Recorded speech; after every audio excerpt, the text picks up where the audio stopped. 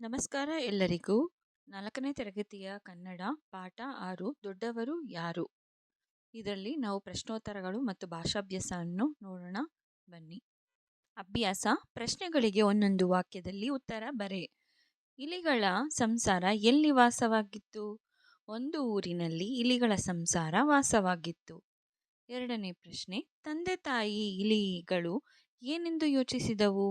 ಮಗಳಿಗೆ ತಕ್ಕವರನನ್ನು ಹುಡುಕಬೇಕೆಂದು ತಂದೆ ತಾಯಿ ಇಲಿಗಳು ಯೋಚಿಸಿದವು. ತಾಯಿ ಇಲಿ ಏನೆಂದು ಹೇಳಿತು? ಜಗತ್ತನ್ನೇ ಬೆಳಗುವ ಸೂರ್ಯ ಬಹಳ ದೊಡ್ಡವನು, ಅವನೇ ನಮ್ಮ ಮಗಳಿಗೆ ತಕ್ಕವರ ಎಂದು ತಾಯಿ ಇಲಿ ಹೇಳಿತು. ಜಗತ್ತನ್ನು ಬೆಳಗುವವರು ಯಾರು? ಜಗತ್ತನ್ನು ಬೆಳಗುವವರು ಸೂರ್ಯ. ಸೂರ್ಯನಿಗೆ ಇಲಿಗಳು ಯಾವ ವಿಚಾರ ತಿಳಿಸಿದವು? ಸೂರ್ಯನಿಗೆ ಇಲಿಗಳು ಮದುವೆ ವಿಚಾರ ತಿಳಿಸಿದವು. ಯಾರ ಜೊತೆಯಲ್ಲಿ ಇಲಿಯ ಮದುವೆಯಾಯಿತು? ಇಲಿರಾಯನ ಜೊತೆಯಲ್ಲಿ ಇಲಿಯ ಮದುವೆಯಾಯಿತು. ಕೊಟ್ಟಿರುವ ಮಾತನ್ನು ಯಾರು ಯಾರಿಗೆ ಹೇಳಿದರು? ಜಗತ್ತನ್ನೇ ಬೆಳಗುವ ಸೂರ್ಯ ಬಹಳ ದೊಡ್ಡವನು. ಯಾರು? ಈ ಮಾತನ್ನು ತಾಯಿ ಇಲಿ ಹೇಳಿತು. ಯಾರಿಗೆ? ತಂದೆ ಇಲಿಗೆ ಹೇಳಿತು. ಇಲ್ಲ ಇಲ್ಲ, ನನಗಿಂತಲೂ ದೊಡ್ಡವನು ಬೆಟ್ಟದ ರಾಜನಿದ್ದಾನೆ.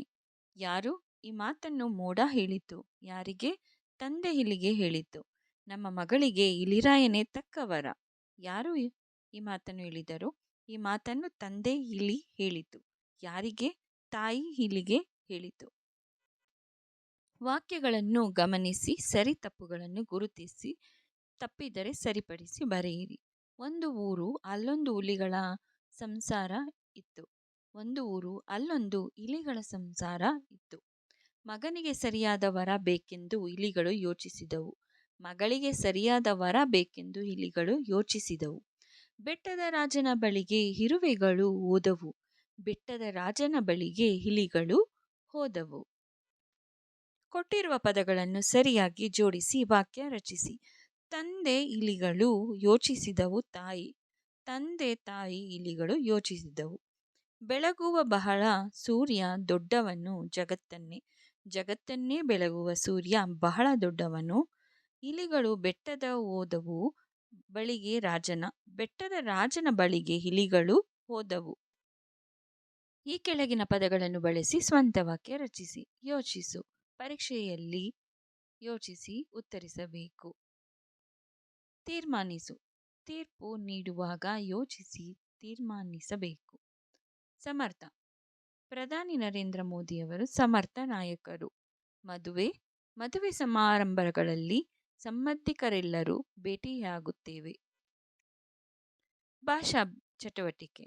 ಕೊಟ್ಟಿರುವ ಪದಗಳಲ್ಲಿ ಸರಿಯಾದ ಪದ ಆರಿಸಿ ಬಿಟ್ಟ ಸ್ಥಳಗಳಲ್ಲಿ ಬರೆಯಿರಿ. ನವಿಲು ಡ್ಯಾಶ್ ಪಕ್ಷಿ, ಸುಂದರವಾದ ಪಕ್ಷಿ.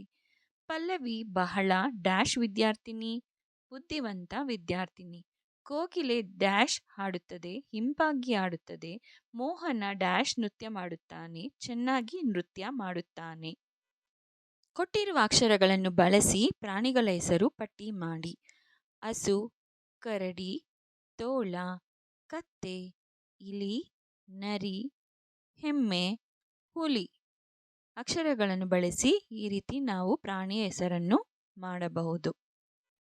ಪ್ರಾಣಿ ಪಕ್ಷಿಗಳ ಕೂಗನ್ನು ಅನುಸರಿಸಿ ಸೂಕ್ತವಾದುದಕ್ಕೆ ಗೆರೆ ಎಳೆದು ವಂದಿಸಿ.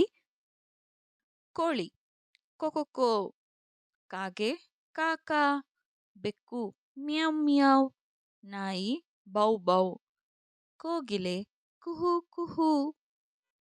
ಕೊಟ್ಟಿರುವ ಪದಗಳಲ್ಲಿ ಸರಿಯಾದ ರೂಪವನ್ನು ಗುರುತಿಸಿ ಬರೆ. ಹೆಣ್ಣು ಹೆಣ್ಣು ಹೆಣ್ಣು. ತಾಯಿ ತಾಯಿ. ಎರಡನೇದು ತಾಯಿ. ಮೋಡ ಮೋಡ. ಮೊದಲನೆಯದು ಮೋಡ. ಸೂರ್ಯ ಸೂರ್ಯ. ಮೊದಲನೆಯದು ಸೂರ್ಯ. ವರ ವರ. ಬೆಟ್ಟ. ಈ ಕೆಳಗಿನ ಪದಗಳನ್ನು ಓದಿ ಬರೆ. ಮಾದರಿ: ಸಲಿಗೆ, ಸಲಹು, ಸರಕು, ಸಮರ, ಸನಿಹ, ಸಹಜ. ಈ ಕೆಳಗಿನ ವಾಕ್ಯಗಳ ಮಾದರಿಗಳನ್ನು ನಕಲು ಮಾಡಿ. ಪ್ಲಾಸ್ಟಿಕ್ ಬಳಕೆ ಪರಿಸರಕ್ಕೆ ಹಾನಿಕರ. Thank you for all my channel subscribers and viewers. Thank you for all your great support. Thank you.